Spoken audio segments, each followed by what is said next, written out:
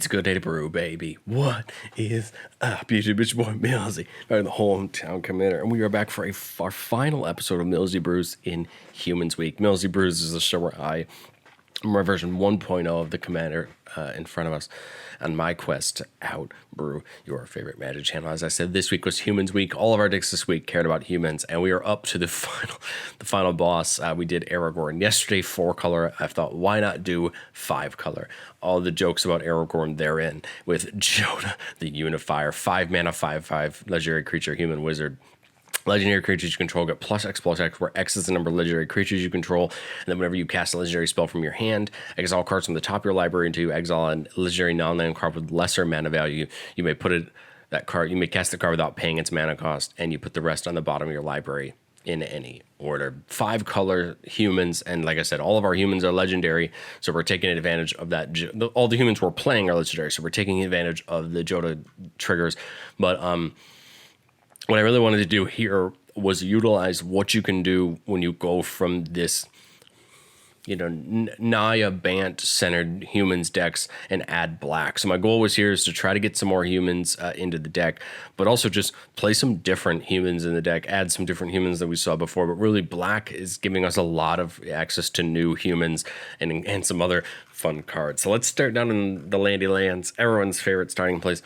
We're playing the Fetch Land Triumph package. I think this one works the best. Fetches get you Triumphs. So you can get access to all your colors. We're playing stuff like the World Tree, which can help us tap for mana of any color. We're playing Reflecting Pool.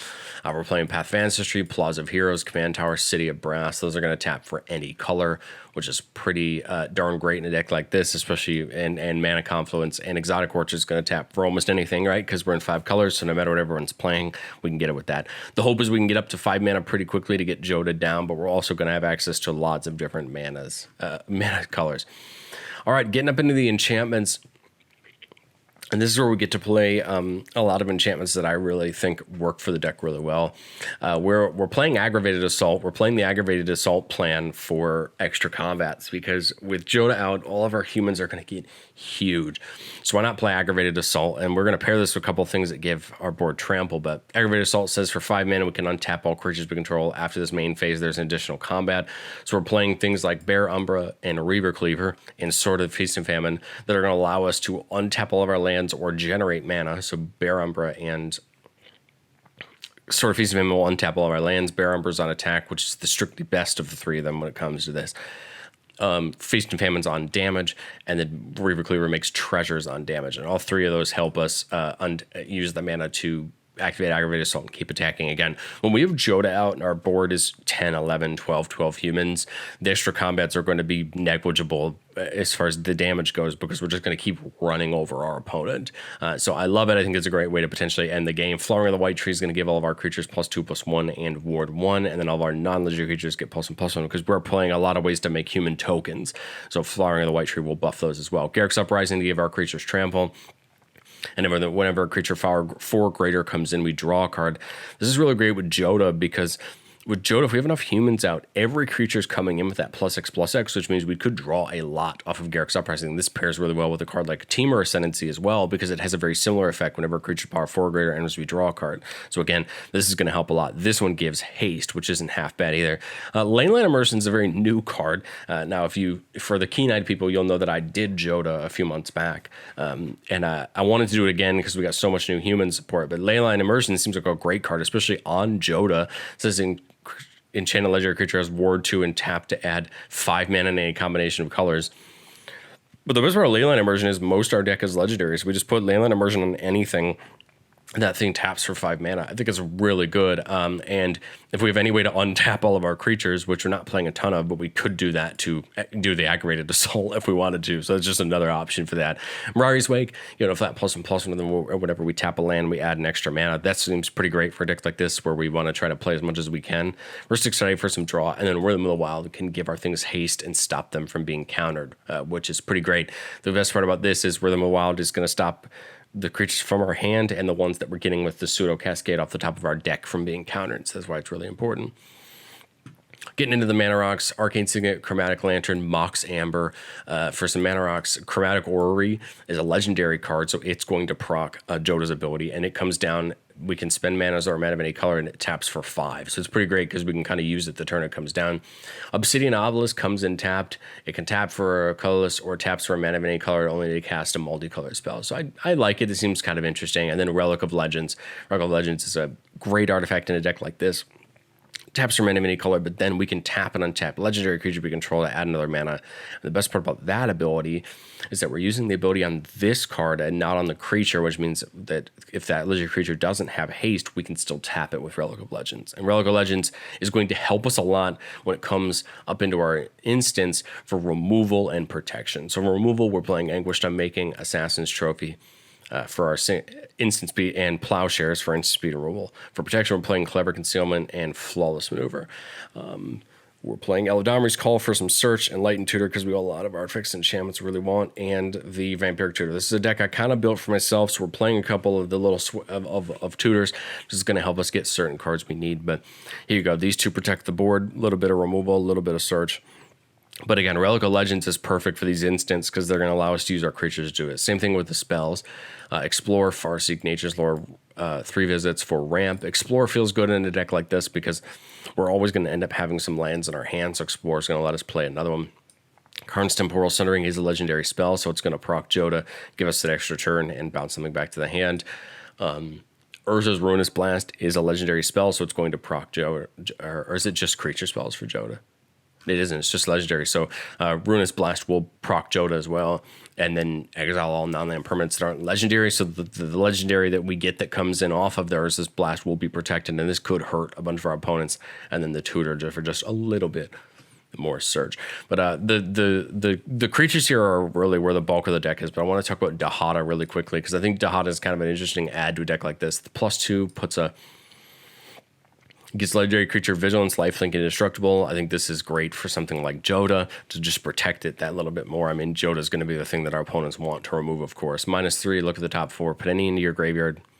Legendary creatures, among them into your hand, and put the rest into the graveyard. Create a treasure for each card that isn't put in your graveyard. So get all the humans into the hand, put the rest in the graveyard, get a treasure for what we couldn't get. The -11 says gain control of all non-land permanents until end of turn, untap them. They gain haste. Died, and then Dahada can be your commander. This is not a bad ultimate, but I think we really want to game this first ability in a deck like this, especially since our creatures are going to get huge. This Vigilance and Lifelink is going to be really important. But hey, it's legendary. We can get to it with Jodah. This just feels like a good choice. There's a couple other planeswalkers I thought about, but I wanted to keep this as a human tribal creatures deck, and so I wanted to make sure we did that well. You're going to notice some, if you've watched a lot of our human decks this week, you're going to notice a lot of crossover in this deck, but you're also going to notice some new faces. So let's talk about the creatures we have already talked about this week. Aragorn, King of Gondor.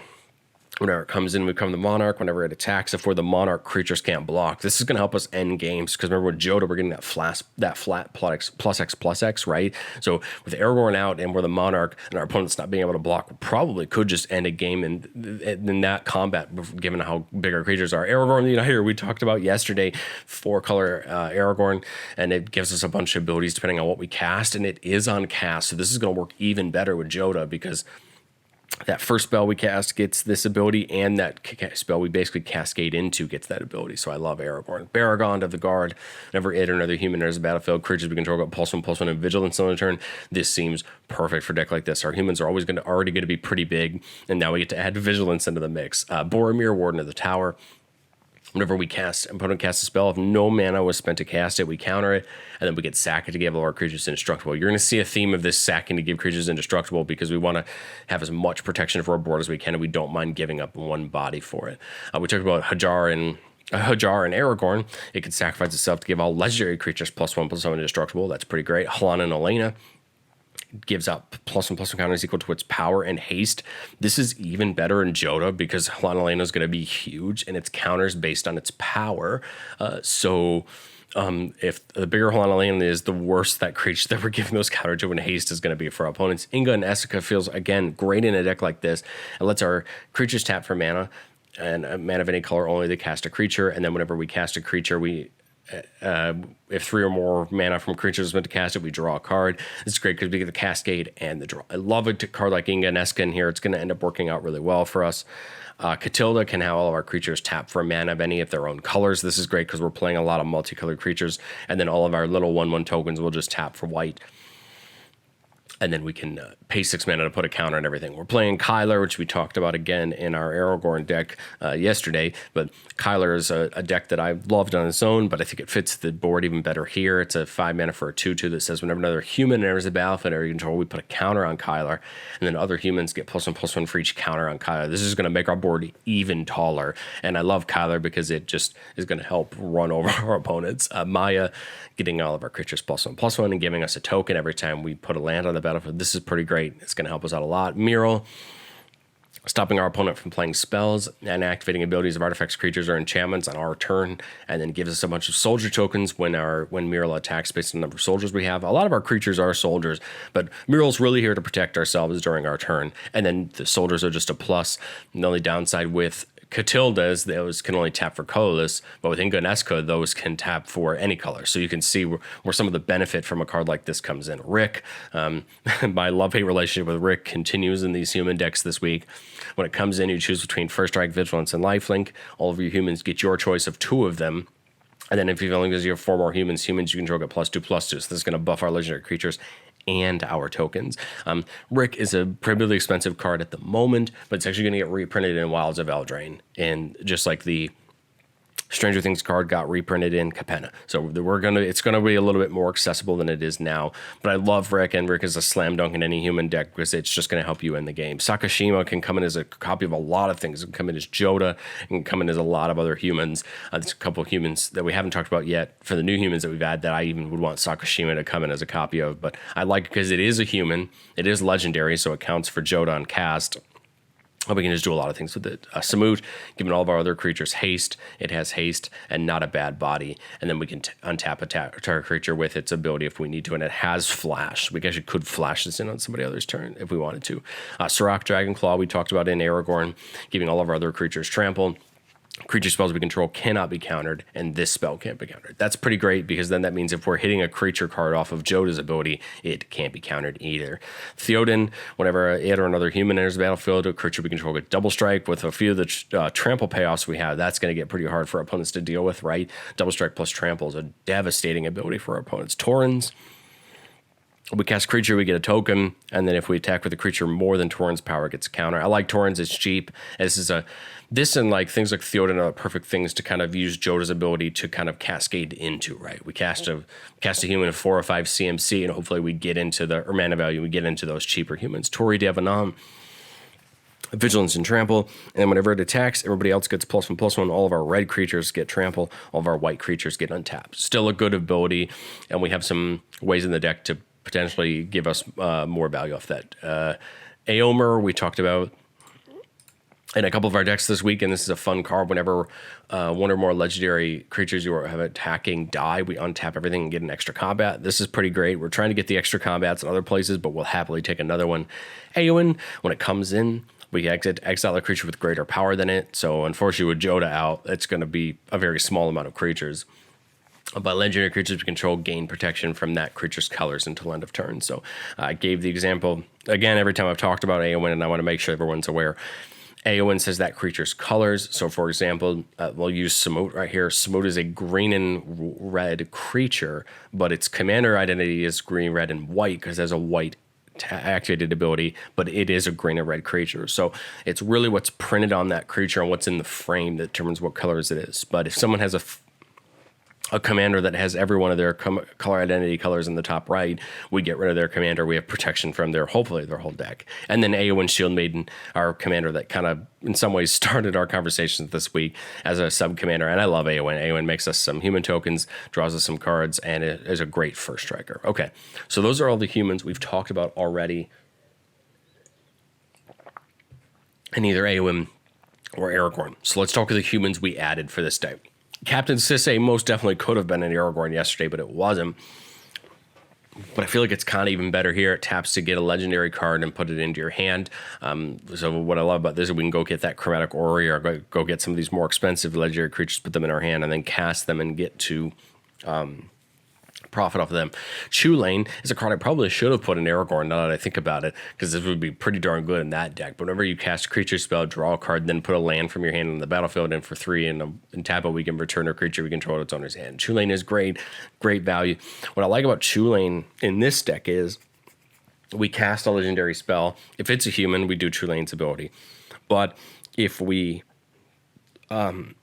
when we cascade off of Jodah, if we cascade into a creature, Chew Lane activates again as well. So Chew Lane feels so good in this deck. Chew Lane is a very popular commander in its own right. I'm not going to undersell that. Chew Lane's a really good card, but it feels really good in this deck as well. Commissar Severino Rain is like one of my favorite humans from the 40k decks. Whenever it attacks, each opponent loses X life, and where X is the number of attacking creatures, and then for 2 and sacrifice another creature, you can gain 2 life and draw a card, which is not nothing. We can sack one of our humans tokens and draw a card, so I like that if we have enough mana. But that first ability is going to get painful for our opponents the more humans we have, especially with the amount of tokens we have laying around. I love Commissar Severe Rain, and it pairs well with one of the new humans I added, which is one of Andrew's favorite cards. That is Ishin, 2 heavens as 1. Whenever you attack, if a creature attacking would cause a triggered ability of a permanent you control, that ability triggers an additional time. So on attack, if we have any abilities that go off, like Commissar, they're going to get doubled. Like Tori, they're going to get doubled. And that's pretty great. And then if someone attacking us would trigger a permanent that we control, we would get double that ability as well. We don't have too many of those, though. But Dejiro and Hazoret will get doubled. So as long as you have 1 or fewer cards in hand, Dejiro and Hazoret has Vigilance and Haste, and it says when it attacks, look at the top 6. You may exile a legendary creature from among them, put the rest on the bottom. Until in a turn, you may cast the card without paying its mana cost. The only bad part about Dejiro is it won't get the Jodah trigger because it's not from our hand. But hey, free spell is pretty darn good, and we'll take it. Inquisitor Greyfax is a human I'm trying. It's not my favorite thing in the world. I just like it because it gives all of our creatures vigilance. But it says +1/+0 vigilance, and then 1 tap and tap a target and creature an opponent controls and investigate, so we can draw. I don't love Greyfax, but I wanted to give Greyfax a shot. It's an Esper human, and I feel like it's good value for what it is. It gives the vigilance, but maybe another human comes in over this instead. Jarina, Dauntless General from Aftermath is another human that can give all of our humans hexproof and indestructible on a turn, and when it enters the battlefield, we get rid of someone's graveyard. Again, just here's another example of a creature we can sacrifice to give all of our creatures indestructible, and I love it. Kambal, Consul of Allocation, free mana human. It says when our opponent casts a spell, that player loses to life and you gain to life. Here we go. We get to just tax our opponents a little bit. This is a card we love cascading into off of Jodah, because then we can kind of hurt our opponents a little bit. Shanid, Sleeper, Scourge. This is from that Dahada precon. Other legendary creatures we control have Menace. That's killer. That's going to be even better when we start attacking. Then whenever we play a legendary land or cast a legendary spell, we draw a card and lose a life. Well, that's great because now we're drawing cards. We're getting cards into our hand. And the best part about these, whenever you play or cast legendary spell abilities, is we can always have them go off after Jodah. So we could do Jodah first and then do this, if Jodah's out. So I like that. Remember, you can always stack your own triggers. If they trigger at the same time, you can choose what order they go off. Shauna Sisse's Legacy, a 2-mana human. It says it can't be the target of spells or ability your opponent control, and it gets +1/+1 for each creature you control. So it kind of goes wide. It's kind of 2x Jodah, right? It gets its ability, and then it gets doubled with Jodah. I like it. It's 2 mana. It feels great. It's easy to cascade into off of Jodah, and I just feel like it gives us a lot of value. And then a human that probably could have gone in Aragorn yesterday, but I didn't think about it, was Tuya Bearclaw, a 2/2 for 3 that says whenever it attacks, it gets +X/+X till in a turn where X is the greatest power among other creatures you control. Well, this is going to get big because it's already going to be big because of Jodah, and it's going to get even bigger. The thing I like about this deck is there's plenty of other humans that could go into these slots. These were just the ones I wanted to start with to try. If you take a look at the deck link, I have a ton of other humans. It was actually really tough to get this deck down to enough humans to make it work. But there's so many other humans choices. So if you're wondering why isn't X human in here and it's not in here, then let me know down in the comments. But it's probably because it's in here, and I think this deck could change a lot. I want to test this deck again. I tested it back when I built it originally in Down Air United, but I'm excited to try again because we've got so many cool new humans since then. But there's the list. Let's give it a play test. All right, starting hand, we got our Fetchy, we got a Triumph. So we have 2 mana, which isn't bad. We have the 3 visits, so that's pretty great. So we could play 3 visits turn 2, but I like it. Let's do it. So turn 1, we're going to put the garden in tapped. All right, turn 2, we're going to play the Misty Rainforest. And I think I'm just going to go get another Triome here. I don't see the point of paying the 2 life in to get the 3 visits, but we could pay 2 life and go up another land. Now I think about that, might actually not be too bad. So let's go get. We got to get a green or a white land. Let's go get the tomb. We're going to put the tomb in untapped, use the 3 visits, and then let's go get a tri-land. We have to get a tri-land that has green in it, and I'm not seeing a lot of blue, so maybe we go get, where was Zagoth Triumph? Let's go get the Zagoth Triumph. Okay, so now we're up to 3 mana. We had to just pay 2 life for the privilege, but I think that's great. Next turn we draw, and it's kind of a bummer we didn't hit a land, but that's okay. I think I will just throw... I guess we could go get the Aladamri's Call. We could go get Catilda or something like that. Let's put the Commissar down, so at least we have something. Next turn, we see the Strand. Let's crack the Strand. And as you'll see, we're losing a teeny bit of life here, but it's just because we're trying to go get all of our lands. And not only just go get lands, but we're trying to get access to a lot of great lands. And then our choice here is either the Aldamri's Call to go get something like Inga and Essica or Catilda, or play Shauna. I think that's what I'm going to do. Let's just go get a human to our hand. I'm kind of thinking, like I said, something like Inga and Essica or Catilda. I'm going to do Inga and Essica, and that goes to our hand. All right, the next turn... Here's our final ramp piece. Now, let's see. We could play Inga and Essica, and that would only net us 1 mana. I think we just Nature's Lore. Let's go again, get another Triumph. We need a Triumph with green in it, so let's go get the first one we see that has green in it that meshes well. I'm thinking maybe like Ketria Triumph. Where is it? It's the one I want because that has green and it's blue as well, and we're kind of keeping our colors pretty wide open. Who would have thought that the fun of this video would be watching me find Ketria Triumph in a playtest on Moxfield? Did I just completely miss it? I guess we could also go get Brokers, the Spar's headquarters as well would be fine. Am I just blind or am I not able to read? Let's just get the Spar's headquarters. I found it. Let's just get it. And then I like putting, so that's 3 mana. We have 2 left. Let's put down the Shauna. Okay. Next, there we go. Now we hit a command tower. Okay. Part of me wants to just hard cast Jodah here, but also part of me wants to get this Inga and Essica down so now we can tap our creatures next turn. And that leaves us enough mana for Flawless Maneuver if we needed to. Now this turn, I say we slam Jodah. That's 5. We have 4 mana left. We'll keep the Clever Concealment up just to protect the board. And then the next turn, now what I would really love to do is hard cast this Chromatic Orrery with these 6, maybe tap Shauna. And then we get to cascade off of this, which immediately gives us Kambal. And then this taps for 5, so we could get down Maya, but I really like getting down Aragorn. Again, Aragorn's going to cascade, and we would cascade, and then now we'd have a decent attack because of Jodah giving our whole board. And so now you can see this is where the deck really starts to cook with gas. We get lots of things down, we got lots of abilities down, and that's what we're trying to do. Let's go one more time, and hopefully we do our formatting a little better here. Eek, only a 1-lander. We got a out of here, no lander. Jeez. Let's go one more time. 2-lander. Let's go one more time for the purpose of this. Wow, geez, no 1-lander again. I swear, sometimes with this deck builder, sometimes with this playtester, even decks that always run well for me, I just have trouble with lands. Here's the 3-lander. I want to make sure we show the functioning of the deck more than the specific things. But okay, what makes the most sense here is hitting this Vampire Tutor on our opponent's turn to try to load something on the top of our library. The question is, what would we load? We wouldn't mind a ramp, so we wouldn't mind a Catilda or an Inga and Essica. But let's just start with the Xander's Lounge, tapped. Okay, turn 2, we're gonna play the Cavern. Well, think about it. We probably should play the City of Brass. We can't play the Domri's Call either way.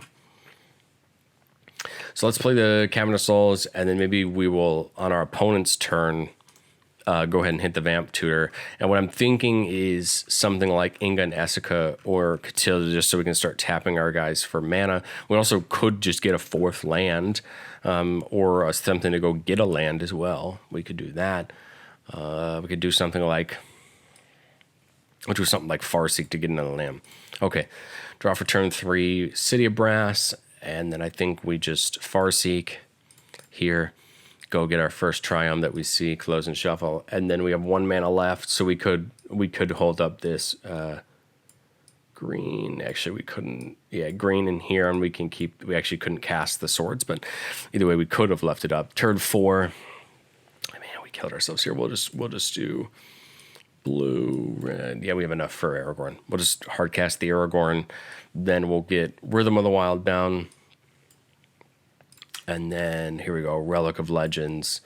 Yeah, we got absolutely destroyed on lands that game, but it just goes to show you that, you know, shuffling's important. Shuffling's a thing that factors into your games, but I think the deck more or less functioned the way I wanted it to. Again, I have a huge gripe on the playtest. I always feel like the playtest doesn't work as efficiently as it does when I do it physically with my decks, but let me guys know if you find the same thing. But hey, there's my Jodah list. Again, it's not perfect. It's my first go at it. I think the human choices can change. The ramp choices can change. There's a lot of things in the deck that can be improved. That's the goal of Millzy Brews, is to get our first list out, and then if we want to test it, we could. And I'm hoping to do 2 tests Jodah, maybe once I test some other decks first, because I'd like to see if I can find a cool list that takes advantage of all 5 colors of humans instead of just 4 with Aragorn or 3 with Eowyn. But let me know what you think down in the comments. Like if you like the video, subscribe if you want to catch some more brews. We got a lot more Lord of the Rings stuff coming. Andrew's got some decks coming as well.